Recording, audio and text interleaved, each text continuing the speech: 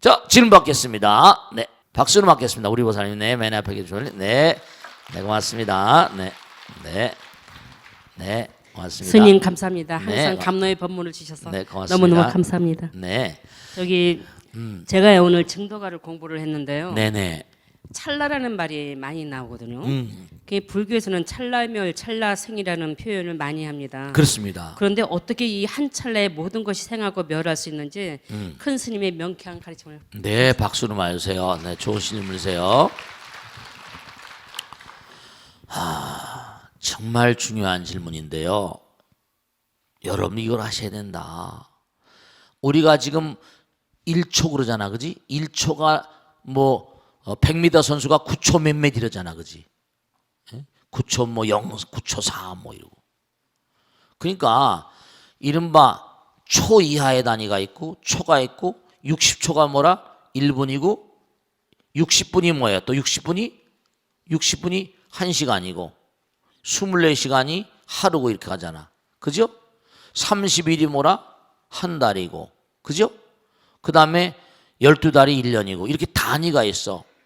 그런데 우리가 쓰는 단위 이거는 이제 태양력에 따라서 달의 어떤 흐름인데 태양과 태음력은 음력이 또 이제 양력 음력 있잖아. 그런데 참 묘한 게 있는데요. 그 태양의 어떤 흐름을 쪼개서 이렇게 만들었어. 근데 인도 사람들은 찰나 이른바 말하면 20찰나가 1단찰나가라고 내가 조사해 보니까 60단찰나가 1나빠라고 이른바 말하면 30나빠가 모효율다 1모효율다가 1주야. 그러니까 우리가 하룻밤 하루낮 얘기하는 것보다 훨씬 더 인도의 시간은 더 세분화되어 있습니다. 우리는 1초 그러면 보통 60초가 1분, 그 다음에 60분이 1시간, 24시간이 하루 이런데 몇 분? 분, 초, 시간, 하루 이렇잖아. 그지? 여기는 찰나, 단찰나, 그 다음에 라바, 모효율다, 그 다음에 하루. 훨씬 더 몽고하니 세분화되어 있어. 그리고 이 찰나라는 말을 그러니까 우린 그저 중요한 거예요. 이른바 한 1초 그러면 태양의 회전을 갖다 쪼개서 그저 1초 그러잖아. 또 1초도 또 쪼개잖아. 그지? 근데 인도 사람들은 한 생각의 그 차원을 1찰나라고 잡았다고. 그리고 이게 구사론이라거나 무슨 여러 가지 경계 다. 그리고 우리 1초를 10으로 나누지? 그런데 아까도 질문하시면 1찰나생 찰나멸 1찰나간에 900생멸을 한대. 900. 우와. 한 생각지간에 900생멸하는 세계가 있다는 거야. 900번 태어나고 죽고. 이 900번 태어나고 죽는 이런 차원의 세계는요. 소립자 물리학의 세계입니다. 원자 전자가 너무나 빨리 움직이기 때문에 소립자들의 세계. 여기 보면 60찰나가 1년이라고 하기도 하고 90찰나가 한 생각을 또 우리가 1년이라고 그랬지만 한 생각을 또 60찰나로 나누게. 60찰나가 또 60개로 갈라져. 또 90개로 갈라기도 하고. 이른바 말하면 20년이 모이면 순식간이라고 그러지, 그지? 우리가 식이란 말은 호흡을 한 1분에 뭐 18번 한다고 그러지. 이게 전부 다 시간의 단위고, 시간의 단위를 인도에서는 뭘로 잡는 게 생각의 단위, 한 생각으로 다 했고, 생각 자체가 바로 뭐라? 생각 자체가 이른바 말하면 한 생각지간에 900번 생멸하는데 900번 생멸하는 그 순간이 소립자 물리학. 그러니까 우리가 정말 명심할 게 여러분들이 머릿속에서도 지금 내가 어떤 말할 때 그러니까 이게 말을 이렇게 하잖아요. 이 말하는 거 자신감이 없으면요 말이 콱콱 쏟아져 나오지 않지. 딱 말할 때 중심을 딱 세워서.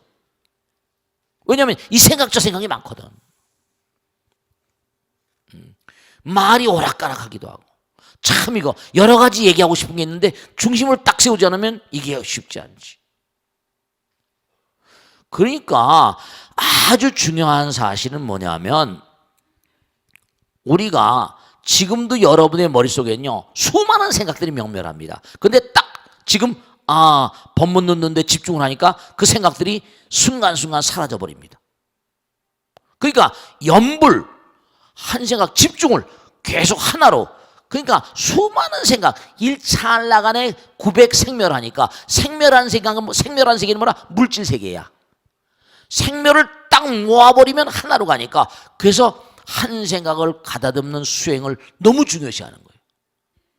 생멸이 없는 세계 일찰나간에 900 생멸하니까 생멸이 없는 세계로 가려니까 이른바 수행을 하는 거예요. 염불, 염법, 염승, 염괴, 염시염천. 그러니까 한순간에 하나만 해버릇하는 거예요. 이 생각 저 생각 하는 게 아니라. 그러니까 찰나지간에도 그렇게 생각이 갈라져 버립니다. 그러니까 부처님경이 그렇게 나오잖아요. 머릿속에 수많은 생각이 명멸한데 부처님께 설명하잖아요. 자기 아버지 정반왕에게 염불 한마디가 뭔가 하니 그 수많은 생각을 하나로 몰아버립니다. 염불공덕이 수행이야. 염불하는 순간에 뭔가 하니 모든 잡생각이 쓰러져 버리고 그 순간에 영혼의 세계로 들어가 버리는 거예요. 왜냐? 염불은 순간 부처님 생각하는 거니까. 뜻이 있는 곳에 부처님 있으니까. 그러니까 일념 즉시 뭐라? 무량겁이 되는 거거든.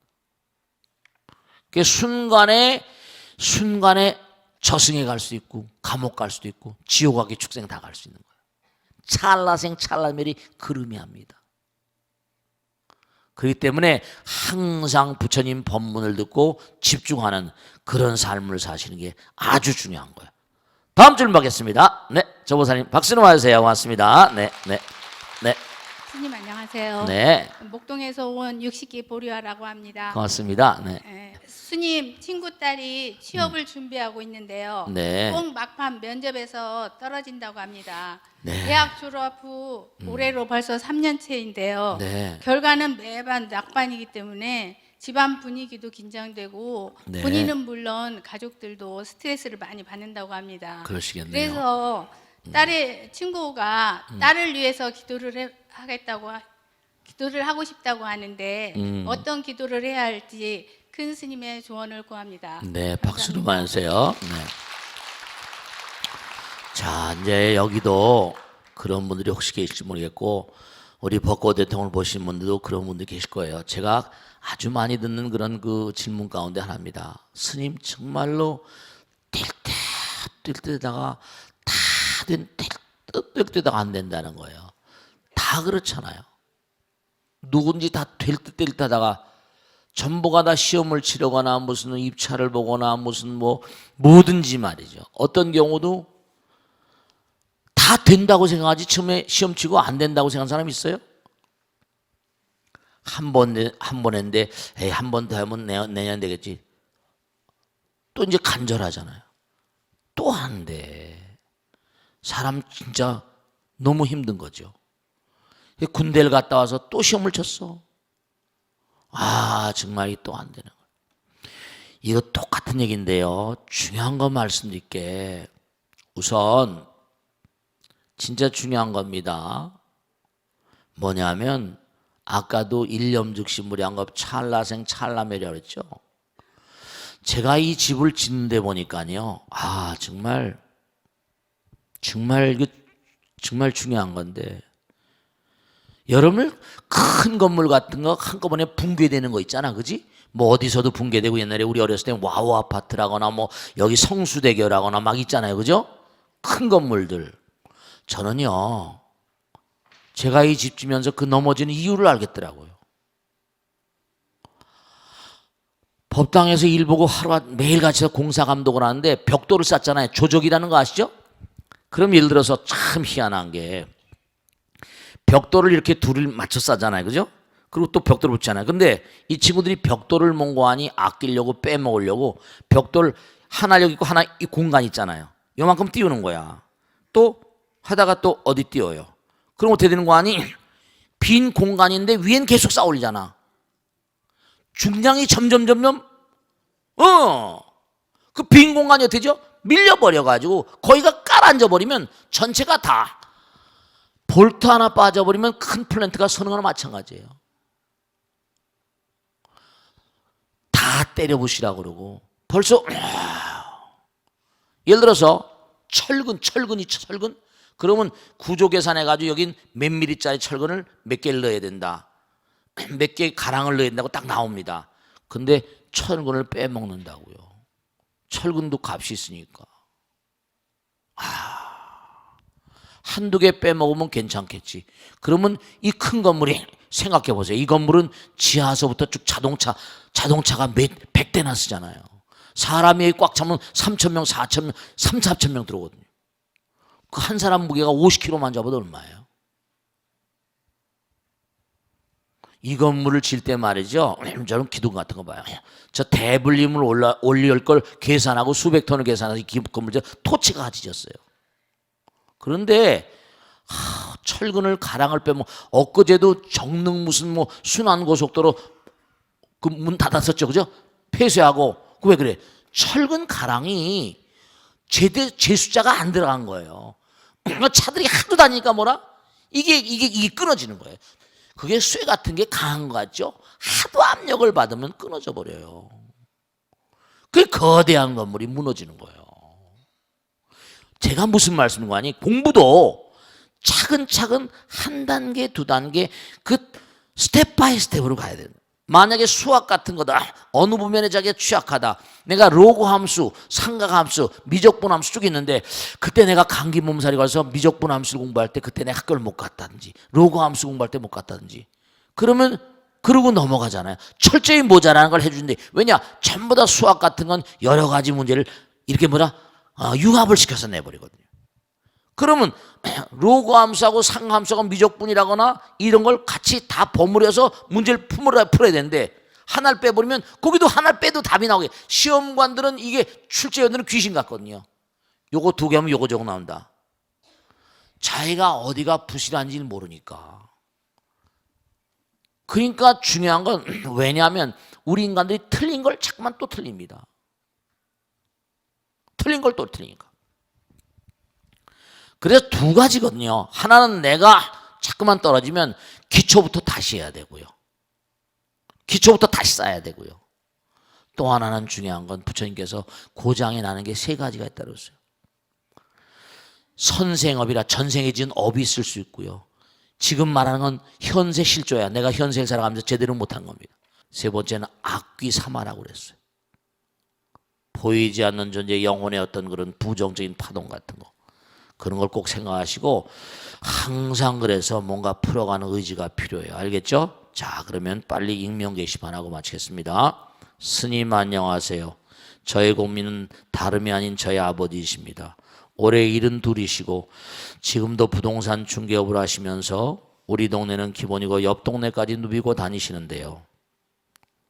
문제는 한 동네에서 30년 이상 살았고 통반장 도맡아 하셨다는 이유로 동네 사람들이 일에 발벗고 나서서 간섭을 하신다는 겁니다. 누가 도움을 청할 때 도와주시는 거야 뭐라고 하겠습니까? 아무도 원하지 않는데 감나라 배나라 별별 참견을 다 하시는 문제이시죠. 특히 요즘 같은 세상에 젊은 사람들은 자기 부모가 뭐라고 하는 소리도 듣기 싫다고 난리인데 동네 어른이 뭐라는 소리를 듣겠습니까? 며칠 전에는 분리수거 잘못한다고 저희 아파트 옆동에 사는 젊은 부부에게 잔소리를 하셨다가 언성이 높아져서 큰 싸움이 나기도 했고요. 지난해 연말엔 딸이 노처녀라 걱정하는 동네 할머니 하소연에 당신이 나서 중매 주겠다고 큰소리치면서 그 집 따님을 만날 때마다 여자가 눈 높이면 못 쓴다. 빨리 시집을 가서 애를 낳는 게 여자의 도리다.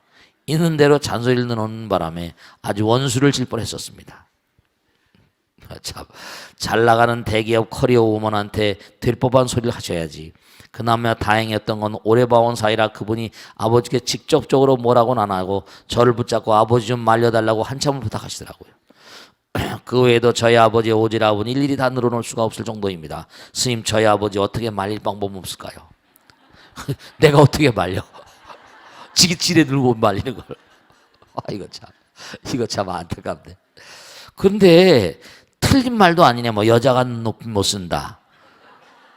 빨리 시집을 가서 애를 낳는 게 여자 도리다. 이게 뭐 틀린 얘기예요? 있는 대로 잔소리 들어오는 바람에 아주 원수를 질 뻔했습니다. 참 이분이 이거 쉽게 고치기 어렵겠는데 벌써 30년 동안 통반장을 다 했으니까. 그래 안 그래요? 30년씩이나 했는데 이거 보통 문제가 아니네. 자 우선 말이죠. 작전을 좀 짜야 될 거예요 이제. 근데 좋은 것까지 말릴 필요는 없잖아. 이분이 부동산 거기다 또 그냥 조용히 계신 분이 아니라 부동산 중개업까지 하니까 어느 집에 숟가락 몇 가락인가까지 하닐 거 아니야. 그래 안 그래요? 그 동네를 훤히 꿰고 있을 거야. 30년 동안 부동산 했을 테니까. 그래 안 그래요? 그리고 경우가 있으신 분인가 봐. 가만히 보니까 경우가 아주 뭐 말씀을 하시는 거 보니까 무슨 뭐 잘못하는 건 잘못한 건데, 근데 다만 이제 세상이 이 할아버지 탓을 할 게 아니라 뭐라? 세상이 점점 뭐라 삭막해지니까 오히려 남이 충고하는 걸 고가워하는 사람이 더 많지. 요즘 젊은 친구들이 어른들 말 듣습니까? 그다음에 이 할아버지 난 좋고 나쁘고를 떠나서 젊은 사람이 또 이렇게 팰까 봐 걱정이네 이것도. 그러니까 요즘엔 말씀이죠. 시대 자체가 참 부정적인 시대가 되고 있는 것 중에 하나가 어른이 없는 거예요, 이 나라에. 국구라고 그래서 미국만 하더라도 아이비리그에다가 그 CSM 크리스천 사이언스 모니터 같은 데서 대학교 아이비리그에 된 대학교 다니는 애들한테 앙케트를 내서 물어봅니다. 현존하는 미국인들 가운데서 존경받을 만한, 당신이 존경할 만한 사람이 있습니까? 그러면 대학생 아이비리그에 다니는 유명한 그런 그 대학이잖아요, 그죠? 거기 다니는 애들이 미국 사람 가운데 존경할 만한 사람 이렇게 추천합니다. 근데 만일에 우리나라 대학생들한테 현존하는 그런 그 한국의 인물들 가운데 존경할 만한 분이 계십니까? 그러면 누구를 내세울까 모르겠어. 정말 빈말이 아니고 요즘 시대에 우리가 존경할 만한 살아계신 분이 계시면 누가 있을까? 뭐 박근혜 대통령? 누가 있을 것 같아? 진짜로 나이 좀 드신 분 가운데 7, 80이 되거나 어른이 없어. 어른을 인정하지 않는 시대가 왔어. 가정에서도 엄마 아버지만 안 들으니까 어른들 말을 안 들어. 그러니까 이제 뭐 커리어 어머니고 다 똑똑하는데 이게 할머니 혼자만 산다니까 이 딸 아이도 좀 문제가 있네. 그러니까 그런 걸 떠나서 이분이 이제 이 시대에, 그러니까 할아버지도 이 시대에 좀 맞춰야 되겠지. 그러니까 그냥 말해가지고 이 아버지가 잘 안 들으실 것 같아. 이럴 땐 편지 작전을 써야 돼. 말하는 거하고 글하는 또 다르거든. 글은 자기의 또 그 읽으면서 그냥 말하면 귀 듣고 날아가 버리지만 휘발유처럼 글을 읽으면은, 그러니까 중요한 건 스마트폰이 치매를 많이 만듭니다. 잘 아셔야 돼요. 글을 읽으면 생각을 하게 되거든요. 글을 읽으면 글이 눈으로 들어와서 한번 머릿속을 돌면서 생각을 하게 되니까 이게 아무리 무슨 시대가 나쁘다 하더라도 스마트폰 같은 것도 이렇게 보긴 보지만 슉슉 지나가 버리잖아. 종이책 같은 거, 신문을 안 읽다, 책을 안 읽다 하지만 그러니까 시대가 더 나빠지는 거지. 그러니까 조용히 여기 이 편지를 보내오신 그 보살님께서 아버지에게 편지를 써. 아빠는 정말 나의 구세주군. 아빠는 나의 영원한 그냥 스승이시거든요. 그럼 아빠 덕분에 이렇게 컸습니다. 너무 감사드리는데 아빠, 내가 젊은 아빠를 너무 사랑하는 그런 딸로서 내가 아빠한테 꼭 당부드리면, 아빠도 아시다시피 시대가 많이 변했잖아요. 어른들 말을 잘 안 듣잖아요. 오히려 아빠가 젊은이들한테 얘기해가지고 아빠 기준은 맞는데 시대가 많이 변해서 도덕 기준도 많이 바뀌어가지고 아빠가 봉변을 당할까봐 걱정이에요. 아빠 정말로 말이지, 아빠를 너무너무 사랑하는 딸이 그리고 뭔가 이 시대가 점점 어른들을 소중히 여기지 않는 그런 시대잖아요. 그러니까 아빠가 좀 그런 점을 좀 유념하셔서 너무 감사하겠습니다. 사랑하는 아빠. 지금 제가 그냥 생각한 거예요. 그러니까 여러분들이 이분이 뭔가 아빠를 위해서 충심으로 딸로서의 뭔지 편지를 하나 보내봐봐. 그럼 아빠가 가만히 읽고 아마 다시 한번 생각해 볼 가능성도 있으실 거예요. 그러니까 정말 방법이 항상 슬기로워야 되는 거니까. 정말 우리가 사는 시대는요, 너무 빨리 변하기 때문에 정말로 무슨 어른이 없는 시대가 됐어요. 그래서 애들이 엄마 아버지 말도 안 듣고요. 정말 여러 가지로 이렇게 자꾸만 가면 많은 문제가 파생될 수밖에 없고, 어른들의 충고를 안 들으니까 뭐 여러 가지 문제도 많고, 그러니까 어른들의 문제도 안 되니까 우울증 같은 것도 많이 생기고 막 여러 가지 문제가 많습니다. 하도 많은 분들을 만나고 살다 보니까 정말로 느끼는 게 한두 가지가 아니에요. 자, 질문 받겠습니다. 네, 박수로 맞으세요. 네, 네, 고맙습니다. 저보살님, 네, 네, 네. 저는 불교대학을 졸업 후 법당에서 봉사하고 있는 불도성입니다. 네, 고맙습니다. 스님, 네, 있잖아요. 구병시식이라는 게 있잖아요. 있죠, 네, 예, 아픈 사람들을 위해서 행하는 의식이라고 알고 있는데요. 네, 네. 불자가 아닌 사람들은 미신의 행위라고 또 어. 비과학적이라고도 하거든요. 그렇지. 구명시식이 정확히 무엇이며 또 어떤 네. 의미를 갖고 있는지 큰 스님께 가르침을 청하옵니다. 좋은 질문 하셨습니다. 네, 박수로 맞으세요. 네. 전국에서 이 방송을 보신 분, 저 해외 애플 텔레비를 통해서 전 세계에서 보신 분, 애플에서 보는 분들이 한 몇십만이 넘는다고 지금 들어와 있어요. 그러니까 전 세계 지금 뭔가 하니 한국 사람이 많이 살고 있는 거예요. 근데 중요한 거 잘 질문하셨어요. 구병식이 미신인가 아닌가. 자, 여러분 미신할 때 미자는요, 어두울 미자예요. 아직 깨치지 못한다는 거예요. 어리석게 믿는다 이런 뜻이에요. 그럼 뭐 어리석고 뭔가 어리석지 않음의 기준이 뭐냐. 자, 중요한 거예요. 우선 중요한 거는 우리가 눈에 보이지 않는 거, 이른바 요즘엔 우리가 사는 시대는 과학이 신이잖아요. 과학적이라 해야 된다는 걸 항상 얘기하잖아요. 근데 과학으로 얘기할 수 있는 것은 정말 퍼센트에 10%도 안 됩니다. 자, 원리를 알아두세요. 우리는 죽어도 죽지 않습니다. 그건 분명히 아시죠? 우린 죽어도 죽지 않아요. 왜냐? 항상 드린 말씀이야. 하나가 전차량의 화엄사상입니다. 일중일체 뭐라? 다죽일. 일중일체 다죽일. 일미준과 함시방. 이 하나에서 둘이 갈라져 나왔다고 항상 한 얘기잖아요. 둘은 하나가 없으면 둘이 나올 수가 없어. 그러면 모든 만물만은 근본 바탕이 있거든요. 그게 부처님이야. 그 둘로 셋으로 갈라져서, 그럼 하나에서 갈라져 놓으니까 여러분의 몸과 마음 가운데도 부처님의 위실력이 작용할까 안 할까? 계실 수밖에 없지. 부처님께서 깨닫고 보니까 나와 똑같은 지혜와 덕상이 저들의 마음 가운데 있구나. 너무나 기이하도다. 무명에 가리워져서 깨닫지 못하고 있는 것을 잃어버려. 자, 이 생을 등집니다. 그럼 어떻게 돼요? 자, 껍데기만 벗어내 던졌어요. 죽어도 죽지 않은 존재가 있습니다. 근데 이른바 말하면 어리석은 거죠. 왜냐? 영혼에 대한 공부가 전혀 안 됐어요. 정말 중요한 건 부처님께서 왜 화엄이나 증도가나 이런 공부합니까? 영혼의 세계가 있다 이거죠. 깨달음의 노래예요. 환희의 송가입니다. 열반의 노래야. 성불의 노래입니다. 근데 이른바 말하면 영혼에 대해서 공부하지 못하다가 그냥 여기서 그냥 먹고 여기서 그냥 호요식하고 먹고 죽은 기전 때깔도 좋대 미래가면서 말이죠. 그러면 딱 죽음 저편에 가면 깜깜하겠죠? 그럼 어떻게 했어요? 정말 고통스럽거든요. 여러분 보세요. 까막눈들이 어떻습니까? 살기가 편안해 어려워요? 깜깜하거든요. 죽은 영혼들 가운데 사바세계 진짜 저는 한두 번 체험한 게 아니니까 과학 웃기지 말라고 그래요. 한국 최고의 정신과학자 서울대학병 이루면 안 되겠습니다. 서울대학병원의 정신과학 과장한 사람이 정년퇴직하고 한국 샤머니즘과 정신의학이라는 책을 썼습니다. 샤머니즘 뭐야? 무당이야. 아시겠습니까?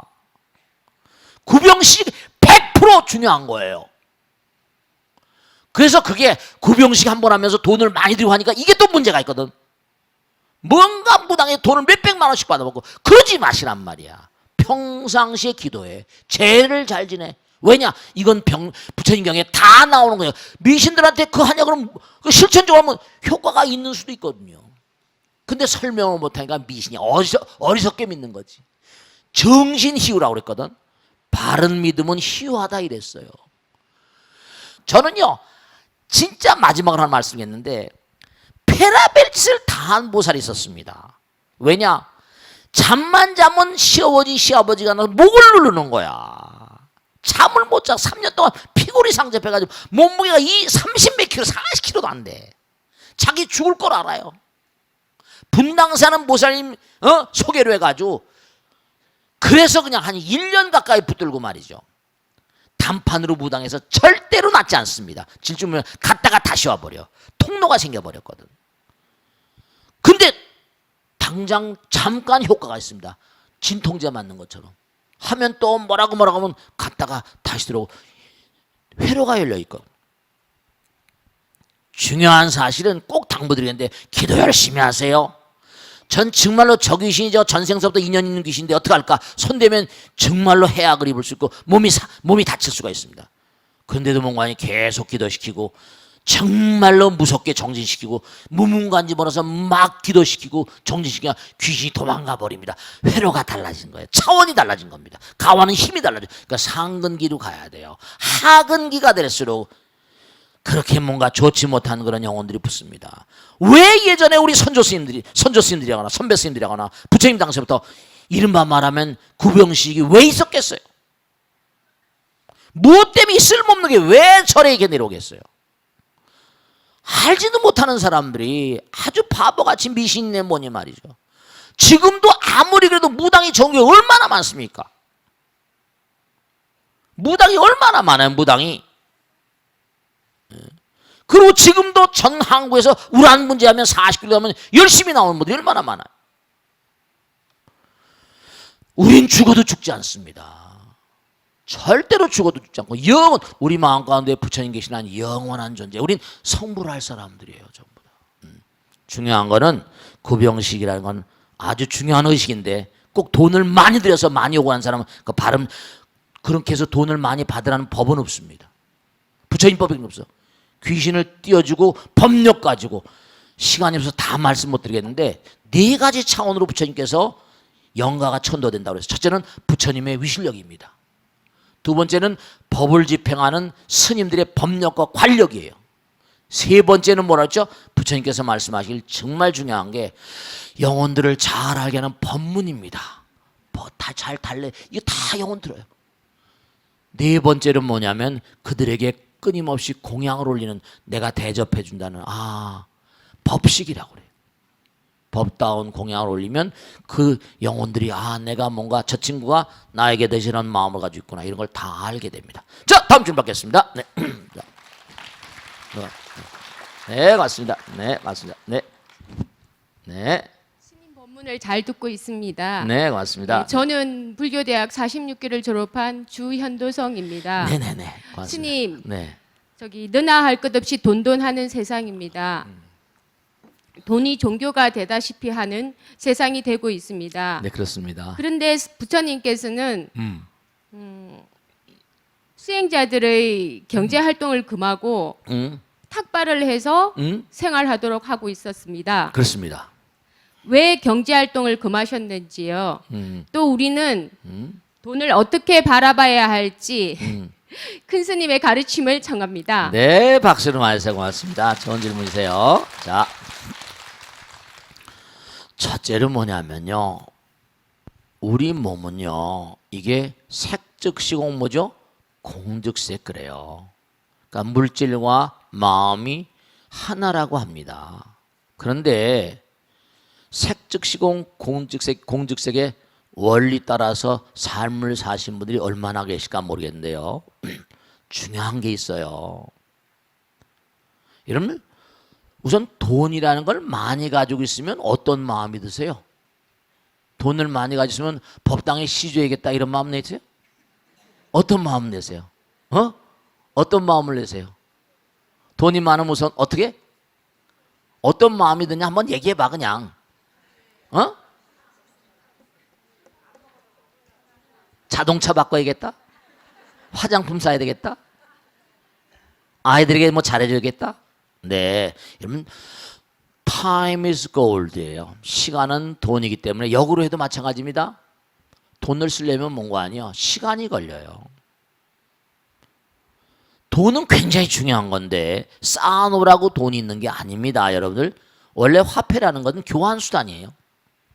돈이라는 건 교환수단이에요. 쌓아놓으면 돈은 우리의 마음을 망쳐버립니다. 저도요, 법당을 하면서 참 고민이 많습니다.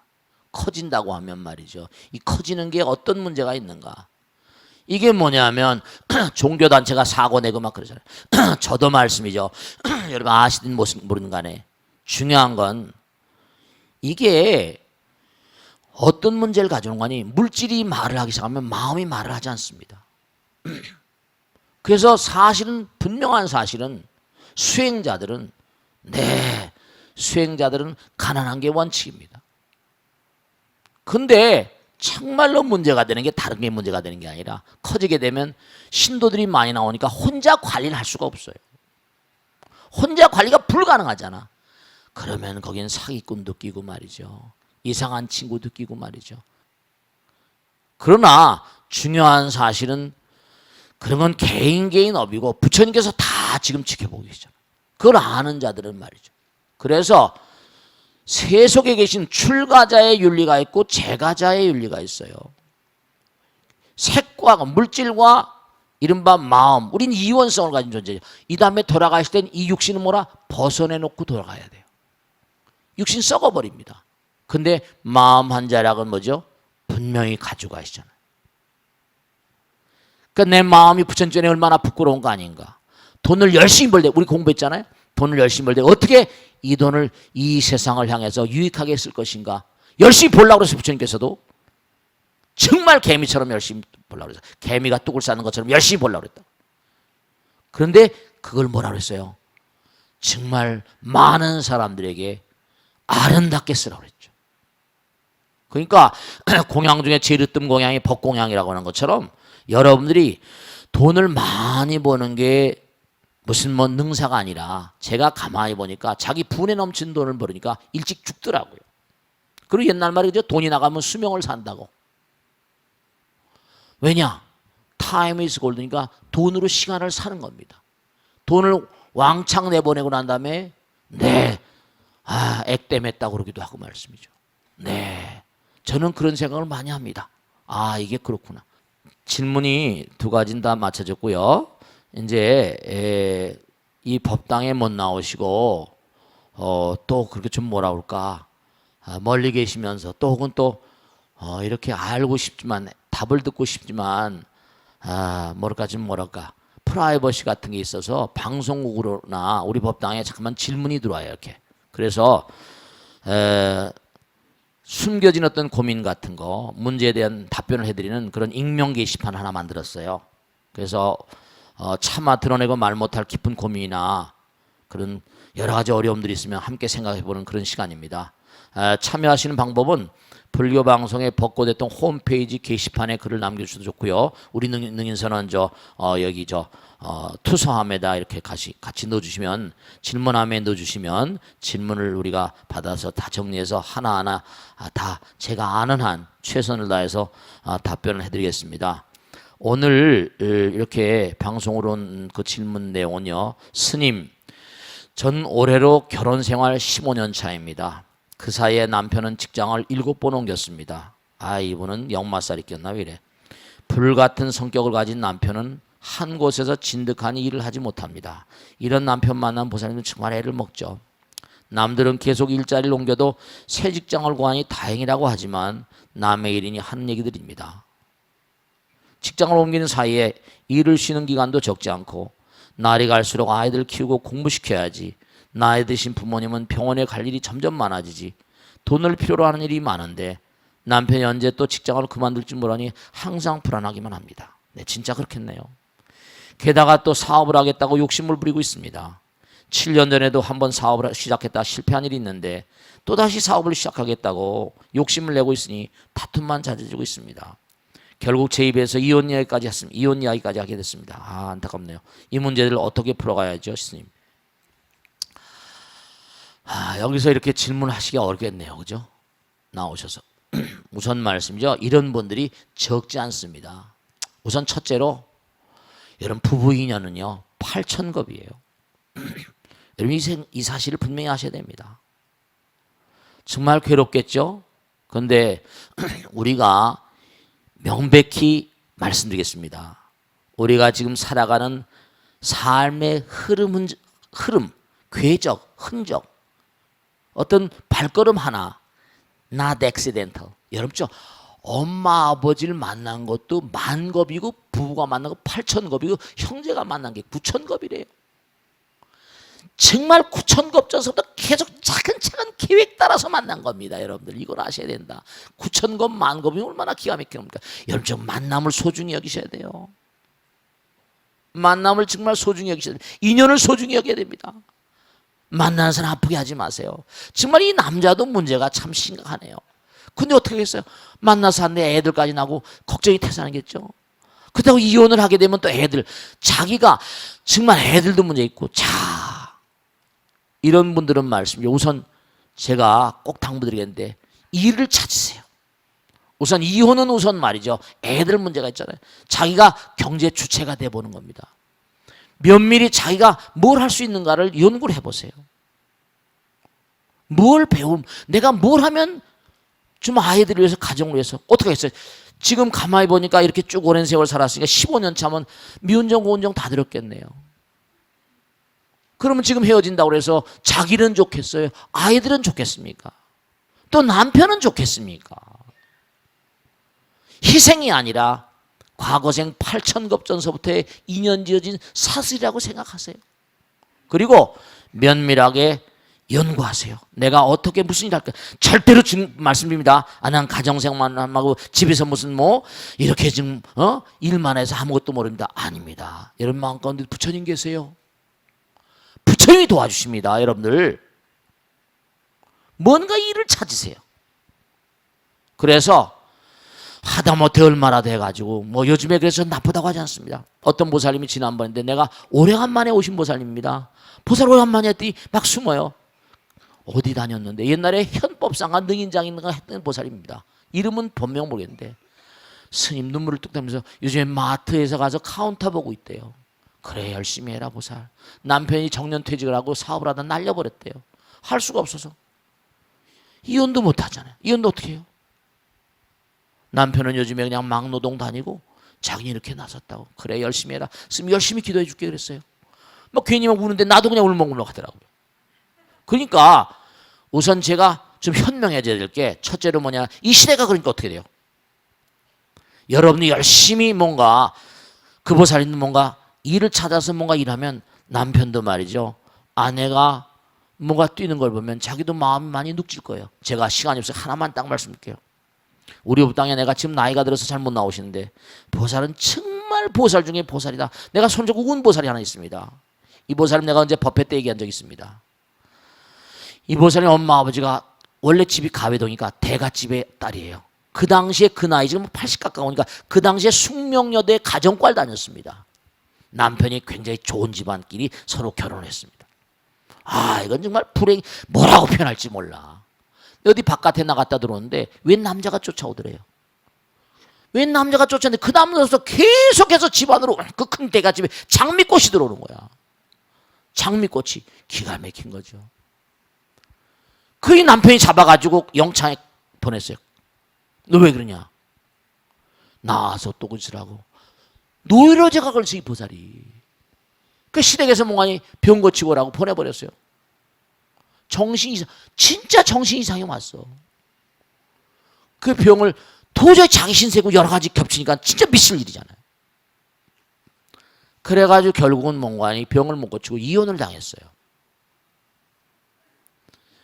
젊었을 때 그랬으니 말이죠. 그러니까 그런데도 불구하고 어떻게 미국으로 이민 가려는데 정신이 그러니까. 근데도 그 친정집에서는 불쌍하니까 데리고 있고, 근데 어떻게 귀신같이도 알고 감옥에 갔다 나오면 또 감옥에 갔다 나오고 미칠 일이에요. 그래가지고 뭔가 아니 어떻게 되는 거 아니 기가 막힌 거지. 도저히 안 되게 정신이 나서 살자 그러면 좋다. 쫓아다니는 것도 한두 년 10년 넘어 쫓아다니니까. 살자고 된 거예요. 제가 왜 그 보살을 만나게 되는 거 아니? 여름에도 긴 팔을 입고 다닙니다. 보살은 덥지도 않아. 얼굴은 용문 고와요. 어느 날 면담시청에서 제 방에 들어온 거예요. 스님께서 여름에도 긴 옷 입고 다니다 보니까 제가 계속 이 법당에 나올 때 스님한테 말씀 많이 드릴 수가 없다고. 가슴을 제끼고 젖가슴이나 팔이나 온통 지진 자리야. 담배로 막 지진 겁니다. 내가 그걸 보고 이게 웬일이야. 같이 살자고 그러는데 저 장안동 지하 그 새방에 그 지하방에 사는데 형편이 없는 거야. 이제 나는 뭐 산 대로 산다. 다 버려버리고. 그런데 기가 막히게 되는 거 아니. 하다보다 애가 나왔잖아요. 애가 어느 날 빽빽대고 막 하고 정신이 바짝 오더라는 겁니다. 아, 이게 정신이 바짝 나는데 애가 오니까 이래서 안 되겠다. 이래서 안 되겠다. 이래서 안 되겠구나. 바짝 정신이 나는데 제 정신이 팍 떨어오는 겁니다. 그래가지고 친구들 따라서 친정집 가고 그래가지고 어떻게 살아야 되겠어 돈을 모아가지고 장안국민학교 앞에 풀빵 장사를 했대. 왕십리 가서 풀빵기를 하나 사가지고 풀빵 장사 시작했다는 겁니다. 그 친정집에서 아 이제 살려고 그러구나 애가 있으니까. 근데 기가 막힌 게요. 참 타고난 복은 어쩌지 못한지 친구들이 해가지고 숙명여대 친구들 옛날 그 친구들 해가지고 돈을 먹고 친정집 모아가지고 강남에 땅을 산 거예요. 땅 바람 불었을 때 논현동에 땅을 사고 땅을 샀는데 그게 이제 떠오르기 시작한 겁니다. 그래가지고 거기서 뭔가하니 음식점을 하고 왔는데 이보살이 나이가 많이 된대요. 이보살 하는 말이 내가 너무 충격받은 게 스님 악마도 변화돼요. 나는 그 얘기 듣고 어떻게 보살 입으로 저런 말 할 수 있나. 악마도 변화돼요. 아 나이가 70이 넘고 하다 보니까요. 이젠 자기가 넋두리 하면서 뭔가니 내가 저걸 버리면 저게 또 어떤 잘못된 짓을 할까. 그런 생각이 들더라는 거예요. 이제는 저녁에 나와서 자기가 음식 하니까 차 태워서 드려면서 내가 죽일 놈이지 그런답니다. 여러분죠. 남편이 아무리 어려워도 여러분이 뭔가 다시 일어나서 그렇게 살 궁리를 하시고 뭔가 길을 찾아보세요. 이혼이랑은 최악의 수단입니다. 그러니까 여러분죠. 이혼이 나쁘다는 게 아니라 한번 자기의 능력을 발휘해 보세요. 아시겠죠? 자, 마치겠습니다. 대단히 감사한 성불하십시오. 네, 고맙습니다. 네.